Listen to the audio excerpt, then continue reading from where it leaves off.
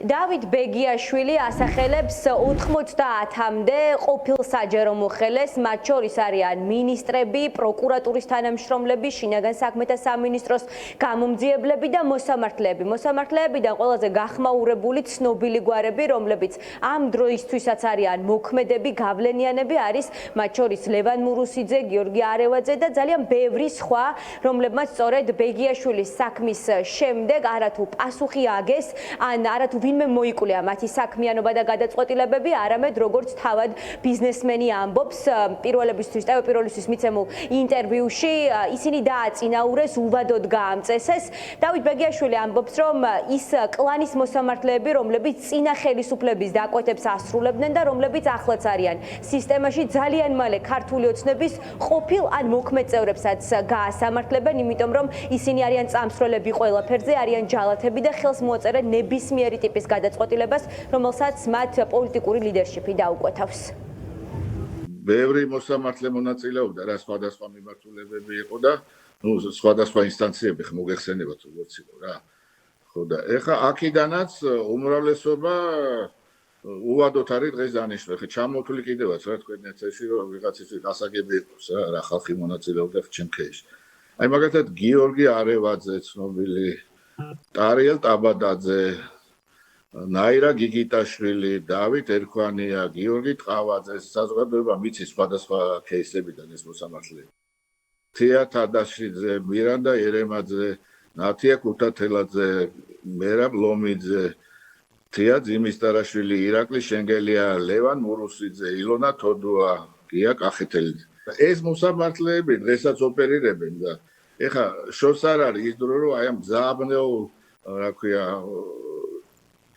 ძველ ოცნებისებს გაასამართლებენ ეს მოსამართლეები რა თავი ყავზე გამოცდიან ეს ერთი და მეორეც ერთი კიდე შორს არ არის ის დრო რომ მოქმედებსაც გაასამართლებენ ეს მოსამართლეები ბიზნესიც კი იყო ასე ვთქვათ როგორც კლასი განადგურებული აღარ ვამბობ პოლიტიკური მოწინააღმდეგეები და ასე შემდეგ და აი ამ ყველაფერს იზიარებენ ხო გამოდის ახლა ამ ადამიანთან რეაქცია არა კოლაბორაცია აქვს ასე ვთქვათ ურთიერთობები აქვს ამ ადამიანებთან ესე ვთქვათ იზიარებენ ხო ამ დანაშაულს დავით ბეგიაშვილი არის ბიზნესმენი, რომელიც პოლიტდევნილად მათ შორის ქართულმა ოცნებამ აღიარა მის მიმართ სასამართლოში პირველ და მეორე ინსტანციაში გამოტანილი გადაწყვეტილებები უზენაესმა სასამართლომ გააუქმა არადა ნაციონალური მოძრაობის დროს ბეგიაშვილს გარკვეული პერიოდით მოუწია ემიგრაციაშიც წასვლა. სწორედ აქედან გამომდინარე ბეგიაშვილს ჰქონდა იმის მოლოდინი, რომ მისი საქმის ის ფიგურანტები, გამომძიებლები თუ პროკურორები, რომლებმაც საქმე შეკერეს, რომლებმაც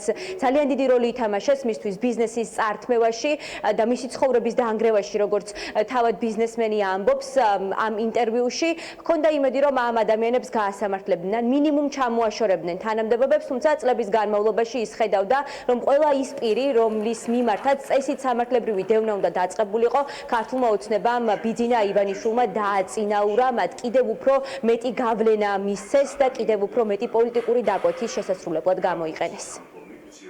ლაშა აბულაძე ეს პირველი იყო ვინც მე ბრალი დამტო ასე ვთქვათ დაკავების პერიოდში სასამართლოში წარმოადგენს დილის 7 საათზე ის მე მალევე დანიშნეს გენერალურ პროკურატურაში საგამოძიებო სამსახურის უფროსად. შემდეგ იყო პროკურორი სირაძე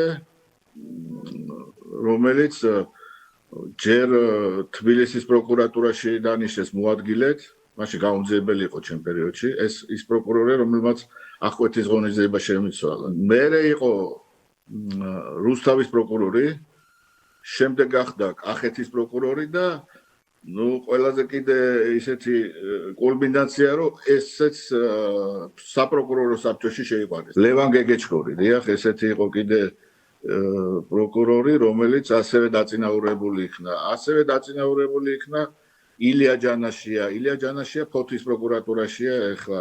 იმას თუ გამითვალისწინებთ, რომ ეს ადამიანები ჯალათები იყვნენ რა, ხო გესმით და ძალიან ცუდ საქმეებს აკეთებდნენ. ბევრს ცხოვრება გაუფუჭეს, ბევრი ადამიანი ამ ბრძოლაში დაიღუპა კიდევაც და მთელი ამბები იყო, ხო? გახსოვთ ეს რა პროცესებიც იყო და ანუ მე არ ვიცი ამ ადამიანების პატიება შეიძლება თუ არა საერთოდ ზოგადად. და აღარ ვამბობ, რომ ამ ადამიანების ასე ვთქვათ შესისხოლსება და ასე ვთქვათ დატოვება ხო დანაშაულის განაწილებასაც ნიშნავს.